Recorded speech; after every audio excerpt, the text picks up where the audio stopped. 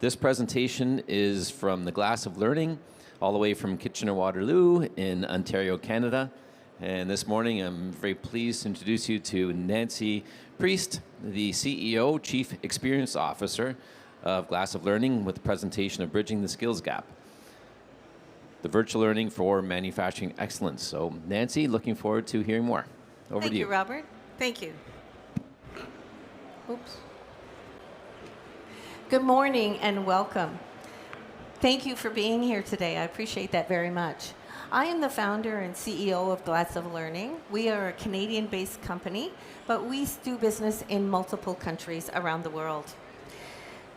We have been in business for 10 years, and what we do is we develop employee skills, we change behaviors, and we improve bottom line results.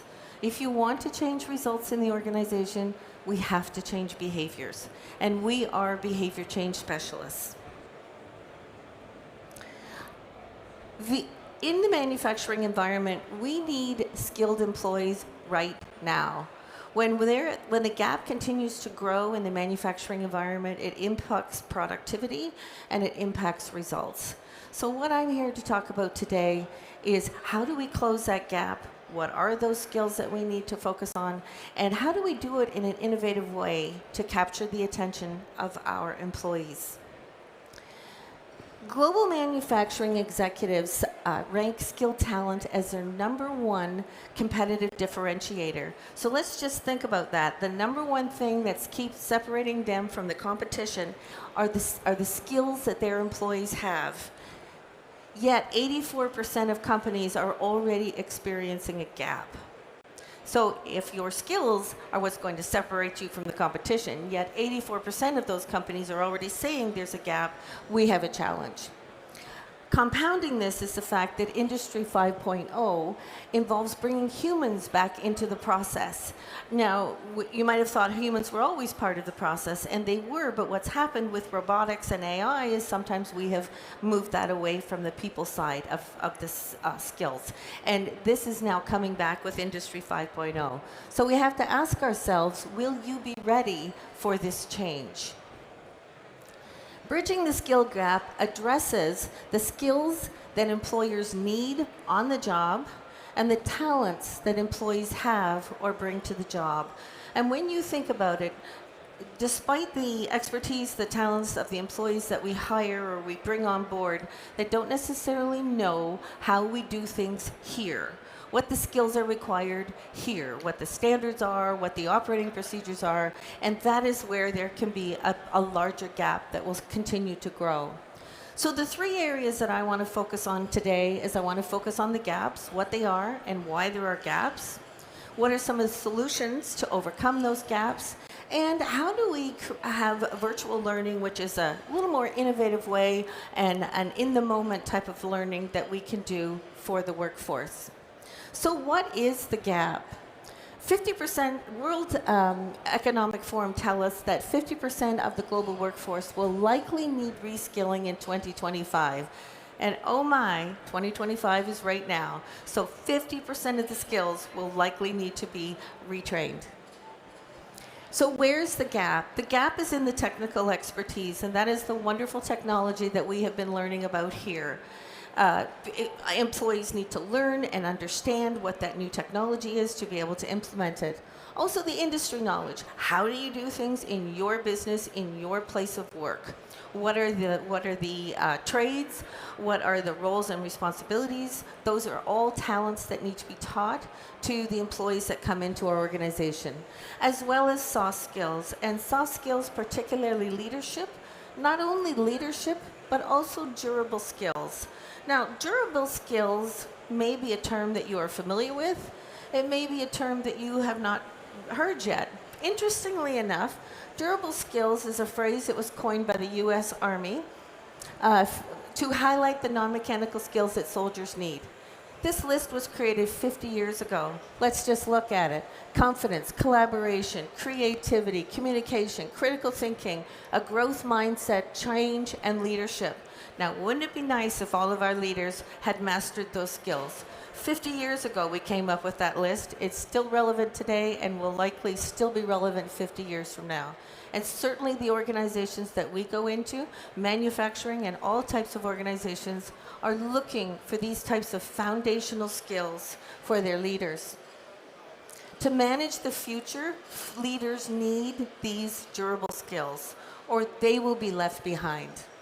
These are lifelong abilities that provide the foundation for both personal and professional success. So not only do we need it in our profession, but we also need it in our personal lives. We believe that it is very critical for our leaders to be able to master the fundamentals before taking on more and more technology, because it's very challenging to introduce technology when leaders don't know how to set expectations, they don't know how to hold people accountable, they're challenged to do follow-up or feedback or close skill gaps and have those difficult conversations. And every single organization that we go into struggles with those basic skills. So it's important that we have those in place. So why do we have these gaps? Well, Industry 4.0 and the rapid replacement of technology has certainly introduced new and more new things into the environment that need to be trained in order for us to be able to use the technology. There's also the turnover. The job market's very different these days. People are leaving to look for more opportunities where they can grow and learn and further develop themselves. And there's also generational changes. Interestingly, a lot of younger generations are not necessarily wanting to join the manufacturing industry. And by not wanting to join the manufacturing industry, we're missing a whole group of individuals that could be filling some of the roles that we have. There's also insufficient training. I mean, the COVID gap brought about its natural gap of training. I mean, we couldn't be together, so therefore we couldn't necessarily do training, and virtual learning was just in its infancy at that time. There was, as a result, a very big pause on leadership development. Now, leadership learning is not a one and done. It is a journey throughout your leadership career. And the more we think of that and the more we think of how we can continue to further develop our leaders, the more advanced and qualified they will be to do what we need them to do. And there's also the retirement of baby boomers. This has been going on for several years. However, every single time a skilled long-term employee walks out the door, we are also losing knowledge capital. Knowledge capital is the value that they have, and so we need to be articulating that so that we're able to pass it on to the next generation. With baby boomers retiring and leaving the job market, this has created openings for others to move up in the hierarchy, which is fantastic. What happens, though, is that it's also created a gap at that front line, because as people moved up, there were less and less people at the front line, and this is also where it's challenging to find employees who want to join the manufacturing environment. So there are multiple reasons why we now have this large gap in skill development in manufacturing. Every organization needs to have a plan to be able to close this gap. If we do not bridge this gap, it will just get bigger and wider all of the time. So why do we want to bridge the gap? First of all, workforce stability and productivity. When we have a stable workforce, productivity is impacted. Certainly organizations that we work with, what's happened is that when they don't have enough employees or there is a lack of skill, then sometimes they have to just shut the line down, because they don't have enough people to actually do the tasks. So this greatly impacts the stability of the workforce, and it creates a discomfort for all employees when there isn't enough to go around. There's also the competitive advantage in innovation. It is a well-known fact that employees that understand how to do their job can be more innovative. They can be more innovative because they know exactly how something is supposed to work, and they can think of new and more innovative ways to do their job because they're very familiar with it. If you're not familiar with it, you're just barely getting through the day and hoping that you've done what it was you were supposed to do. But once you're clear on it, you can think of new and different ways to do things. The next is financial and business growth. When employees are skilled in what it is that they're doing, what happens is we have higher quality that comes out the door. When you have higher quality that comes out the door, you have happier customers. And when you have happier customers, you have more business because you have the repeat business. Also, increased employee engagement. Employee disengagement is a massive problem around the world. Worldwide Gallup research has told us that it is costing the world $8.8 trillion in losses because of disengaged employees. So we cannot overlook the fact that employees are disengaged. They're disengaged because they don't see the future. We have to be able to identify the future for them, map out the path for where there's a plan, how they can see themselves moving forward, and then that makes them feel like, okay, this is the place for me, and I see that I have a place here to be.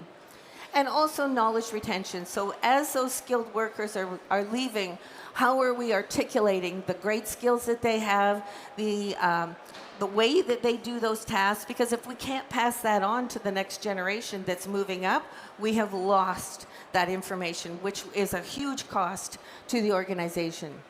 Currently, 78% of organizations have adjusted the requirements for job standards. Now, maybe in some cases, it was time to lower some of those standards. But are we lowering standards because we don't have the right people, or we don't have enough people, or we're just taking whoever we can? We work with a customer who says, well, we have the best of the worst.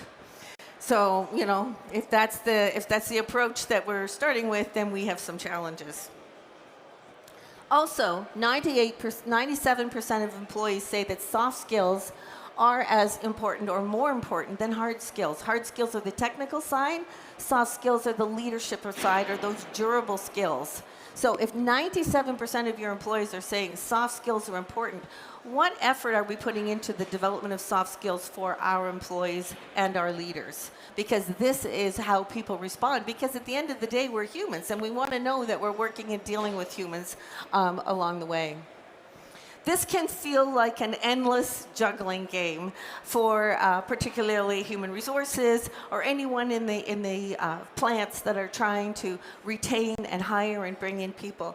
But the challenge is, in Industrial 4.0, do we have a choice? We've got to figure out that juggling game, or we are going to be having a wider and wider skill gap all the time. An urgent priority for 2025 is both reskilling and upskilling the future workforce. The future is upon us, and we need to get those employees ready. Leadership is required to close that skill gap in manufacturing, but we need solid leaders who are able to take this forward, and then they will be able to make the difference with the employees that they are working with and guiding.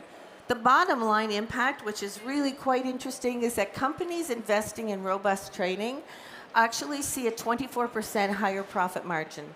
Now, wouldn't we all like a 24% higher profit margin? Not bad, but this is actually what happens. The payoff will come back to the organization, but we need to invest in our people first. And we often feel that's the piece that needs to go by the wayside. That's the piece we'll set aside, and we'll get to that later. The technology is upon us, and we need to finish that.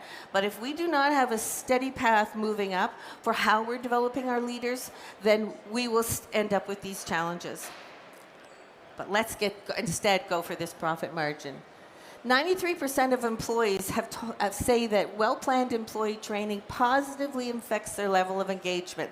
And remember, we said that the Global Gallup research tells us that worldwide we're losing $8.8 trillion.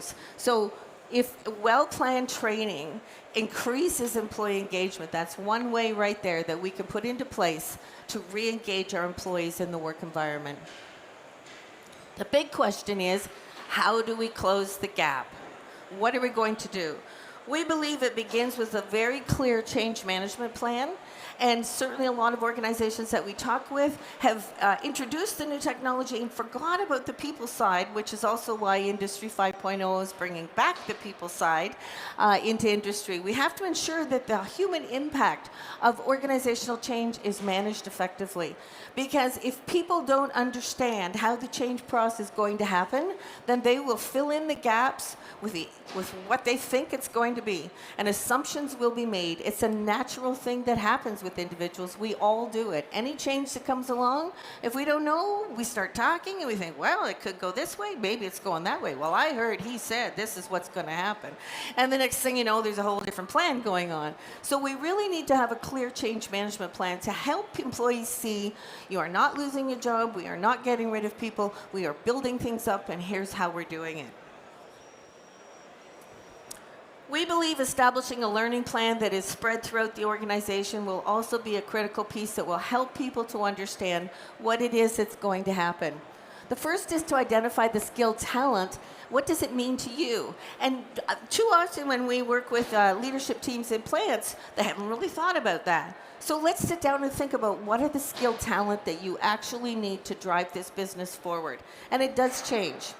We also have to define success and identify both the business and behavior goals that you're trying to achieve. Every initiative has business goals and it has behavioral goals. Remember, I said at the start, if you want to change results, the first thing we have to do is change the behavior. And so we need to, first of all, identify what success looks like. Too often we think about that in the end. I don't know, was this successful? Was it not successful? We start with that. What is success going to mean to us? And then we can design the plan to go with it. Next is to set up the plan for upskilling and reskilling. And too often I find in manufacturing is that the primary form of learning is job shadowing. And when we job shadow, it means, you know, Susie and Sally work together and Sally's showing Susie all the things that she does, which may be the good habits and the not so good habits. And maybe even some get forgotten because we could do it in our sleep and we forget those details. We need to be able to articulate what exactly is being trained. And to move from just a checklist, because I often go into organizations and see the checklist of what the training is, but within that checklist, there's 25 steps. Nobody wrote down the 25 steps. And so sometimes we do 10, and sometimes we do 12, and sometimes we do 30, because it's not clear what exactly is going to be happening. We also need to define what is the required management support. Research tells us that training your frontline leaders is fantastic, but if you have not identified what it is that their bosses or the management level above them needs to do to reinforce behavior, to hold them accountable, it will just be another interesting thing that we did. We need to have a structure in place to be able to identify how to manage or support any of their participants that may have gone through training. It's the same at any level in the organization. And then also, how do we establish application and the learning to be able to track if success actually happened? People need to apply and practice what it is that they learned. We cannot just send them to learning and hope that that's stuck. We have to give them opportunities, or spell that out, so that they know how to practice it, apply it, see the rewards of the benefits that have happened as a result of the learning. And then we have leaders that know how to lead us into the next generation. Currently, there are a lot of learning methods that happen in manufacturing: job shadowing, general off-site sessions where we send a few people off. There's classroom training, there's e-learning. Any of those we're happy to talk about with you, but one that I wanted to focus on is the idea of virtual technology. And I want to just take you through an example of virtual learning. Virtual instructor-led training is what this represents. And what it means is that each individual is at their own desktop, laptop, computer, and they are joined by a meeting platform, whether that be Zoom or Teams or something else, and they are led by a facilitator. And this is actually the fastest growing virtual learning methodology that is out there right now. And so I'm going to walk you through an example. First of all, currently, 80-90% of organizations are using virtual instructor-led training, and that may be brand new for you, I don't know. but apparently it has become very popular. It is a simulated classroom environment. So unlike e-learning where people go off and work on their own, this is a simulated environment that repeats what's going on in the classroom but doing it virtually. It's dynamic learning because it's interaction with a facilitator who knows the content, who can breathe learning into what is happening in the room. It's also real-time synchronous learning. It's happening in the moment. It is not pre-recorded. It is happening right then and responding to what's happening with the group. It's also energy saving, it's engaging, I should say, it's convenient, and it is cost savings because it can happen in the moment, it can happen at any time of the day. All we need is our computers to be able to do that. An example is what we have done at Virtual Glass, and this is virtual learning. It is a virtual glass. It is our virtual instructor-led training technology. This platform we designed when COVID came. 95% of what we did was in the classroom. So we instantly had to change. So this is a methodology in which we took our experiential learning from the classroom and we're able to replicate it virtually. So this is a series of activities that can be done. It could be case studies, it could be choose your own adventure, it could be problem solving, discussions and note-taking so that you can share that because that's something that we often do in classroom, and it's all done through gamification. What that does, it enables participants, one, to connect with the content and interact with the instructor and with their peers. And that's what participants are always looking for. That's what they love about the classroom learning, is they get to interact with peers like them, that have problems like them, that can identify and relate to the problems that they're having, as well as with the instructor who can add more expertise and knowledge. Benefits of doing virtual instructor-led learning is that team members can help each other. And it is really fascinating. So often in manufacturing, because of the shifts, because of the size of factories, lots of times supervisors, frontline leaders work very, very independently. This gives them an opportunity to cross-pollinate and work together and solve problems together. The goal is to ensure that we have a repeatable, reliable process for training, mentoring, and coaching our leaders. This is one way that we can solidly close that gap. If we want to gain success and gain traction, not only with our leaders, but with all of our employees, we need to capture their head, which is the intellectual or the engagement or the logic of what it is that's going on and that we're doing, the heart, the emotional, the intelligence, the values of what's important to them, as well as their hands, the empowerment and the engagement for them to be involved. And once we do that, then we have employees that want to stick with us. They see a future for us. They see that this is leading us forward into a role that they can continue with. We've often heard the term, it takes a village to raise a child. We believe it takes a village to raise the talents in our plants. And we do that by working together and by utilizing resources that we can share together. If you want to learn more about any of this, you can follow me on LinkedIn, you can look at our website, or come see us in Hall 17, where you can stop by our booth and we're happy to share more with you. We also have with us some business cards and some brochures that we can hand out with you.